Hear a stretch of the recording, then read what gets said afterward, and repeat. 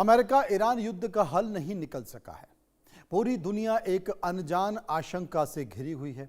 Hormuz strait बंद होने से भारत पर भी इसका असर पड़ता है। हालांकि अभी तक केंद्र सरकार ने मोर्चा संभाला हुआ है। आम लोगों के लिए पेट्रोल और डीजल की कीमतें स्थिर बनी हुई हैं।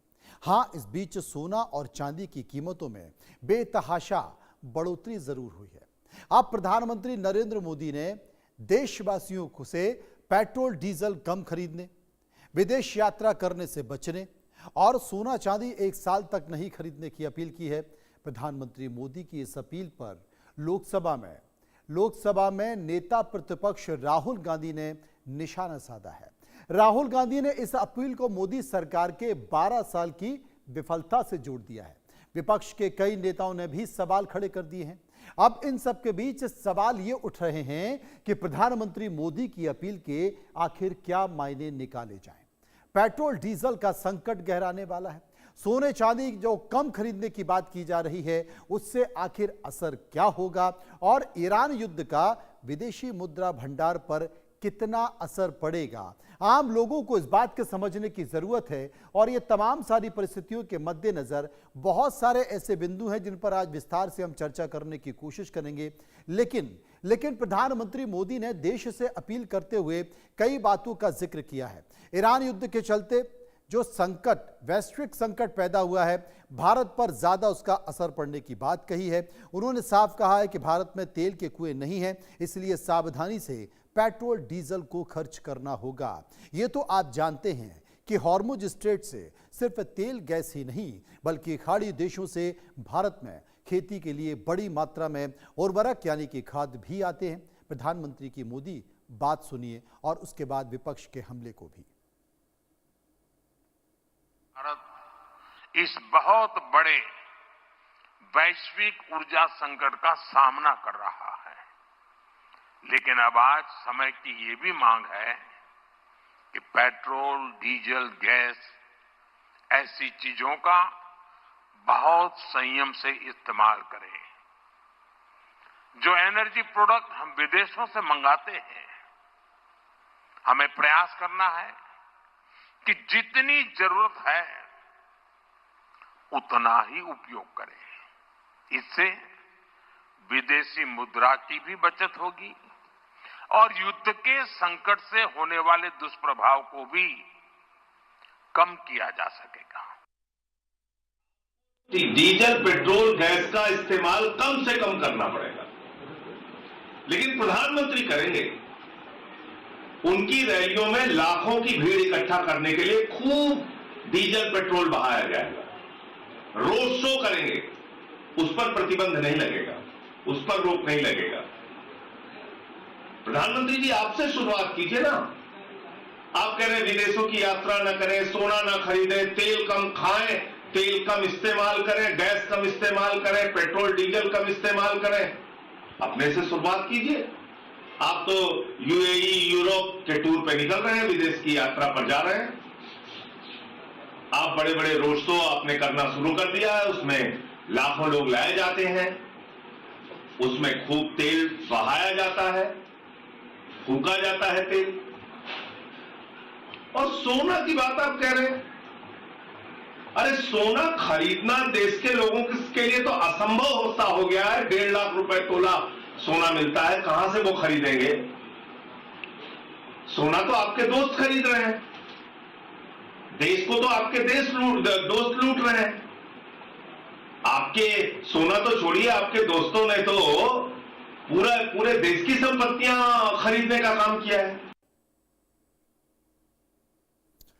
अब सबसे बड़ी बात है, भारत में सिर्फ 4 आइटमों का जिक्र कर लेते हैं। बहुत सारे आइटम हैं जिसका असर आपकी रोजमर्रा की जिंदगी पर पड़ता है, लेकिन मैं सिर्फ 4 की बात करता हूं। ये 4 आइटम पर ही देश के 22 लाख करोड़ रुपए खर्च हो रहे हैं। पहले आपको ये 4 आइटम और उस पर पिछले साल के कुल खर्च के बारे में बताता हूं, फिर विस्तार से इन आइटम के खर्च का हिसाब किताब भी आपको बताऊंगा। अब आइटम क्या है, सबसे पहले बात कर लेते हैं कच्चा तेल 10 लाख करोड़, सोना 6 लाख करोड़, विदेश यात्रा 3 लाख करोड़ और फर्टिलाइजर पर करीब 1.5 लाख करोड़ रुपए का खर्चा होता है। और ये जितनी भी चीजें मैंने आपको गिनाई हैं, ये सब इंपोर्ट है।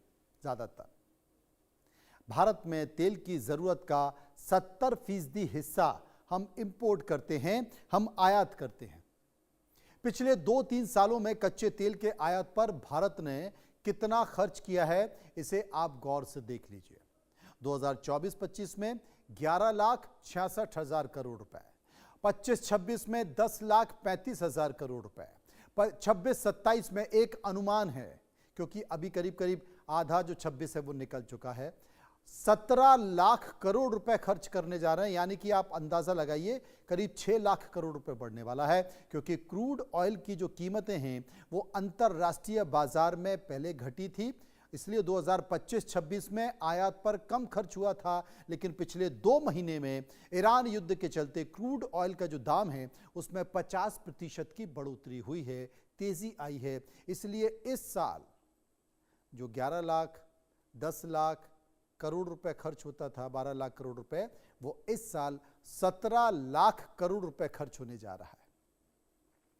अब शादी ब्याह हो, सोना खरीदना है, छुट्टियां मनाने जाना है, कहां जाना है, बिजनेस ट्रिप पर जाना है, तो विदेश यात्रा पर जाना है। अमूमन लोग विदेश यात्रा पर जाते हैं और यही कारण है कि करीब 3 लाख करोड़ रुपए 3 लाख करोड़ रुपए भारतीय खर्च करते हैं। ये एक आंकड़ा है।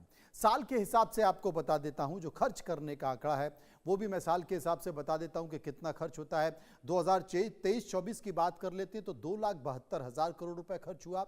2025-26 में करीब 3,65,000 करोड़ रुपए विदेश यात्राओं पर भारतीय खर्च कर रहे हैं। ये एक आंकड़ा है जो मैंने आपको बताया। एक और आंकड़ा है फर्टिलाइजर, जो कि किसान इस्तेमाल करते हैं अपनी खेती की पैदावार बढ़ाने के लिए। कितना खर्च हुआ है यह भी आपको समझने की जरूरत होगी। 2026 में 1.5 लाख करोड़ रुपए खर्च हुआ है जिसका आयात किया गया है और पिछले साल की तुलना में करीब 76% अधिक बताया जा रहा है। भारत फर्टिलाइजर पर ज्यादातर आयात कहीं से करता है तो वो कतर से करता है। ईरान युद्ध के चलते कतर भी प्रभावित हो रहा है, जिससे फर्टिलाइजर के दामों में काफी बढ़ोतरी हुई है। इसके पहले आपको याद होगा कि किसान यूरिया के लिए लंबी लंबी लाइनों में लगता रहा है, चाहे वो 23 हो 24 हो, हमेशा लगता रहा है। और अब जब क्राइसिस है तो यूरिया फर्टिलाइजर महंगा भी आ रहा है और जब लाइनें लगेंगी किसानों की तो आप कल्पना कीजिए कि क्या होता है। रात से ही किसान, दिन निकलता नहीं है और लाइनों में लग जाते हैं।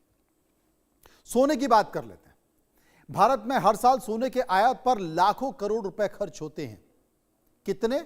साल दर साल आपको बता देता हूं। 2024-25 में 4,89,000 करोड़ रुपए खर्च हुआ। इसके साथ साथ 2025-26 में यह कितना खर्च हुआ आपको आंकड़ों के जरिए बता देता हूं।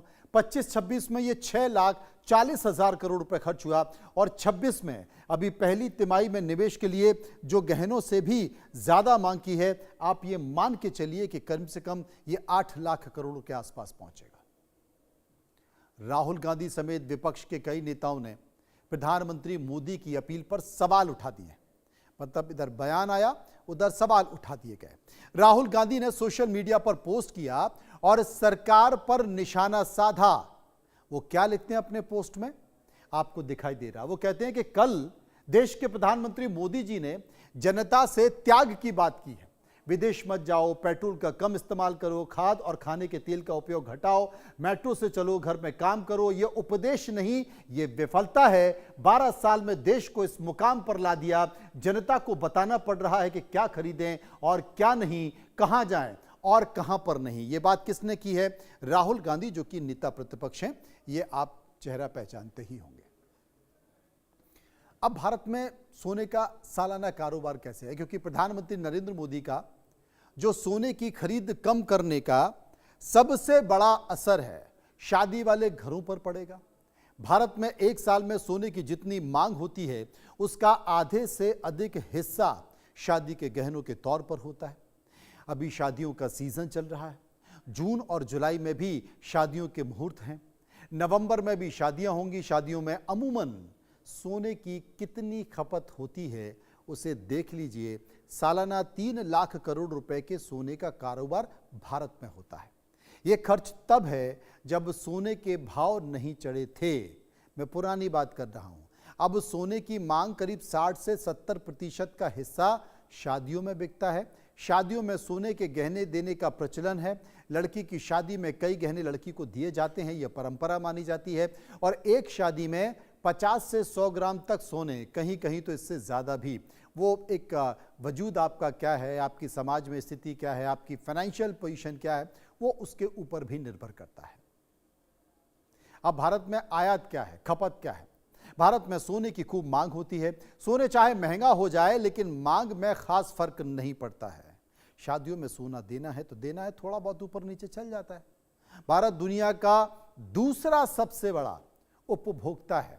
अभी सोने की कीमत में प्रति 10 ग्राम यानी कि 1.5 लाख के आसपास हो चुकी है, आज के हिसाब से ही देखा जाए। लेकिन इसी साल अगर जनवरी की बात करें तो जनवरी में सोने की कीमत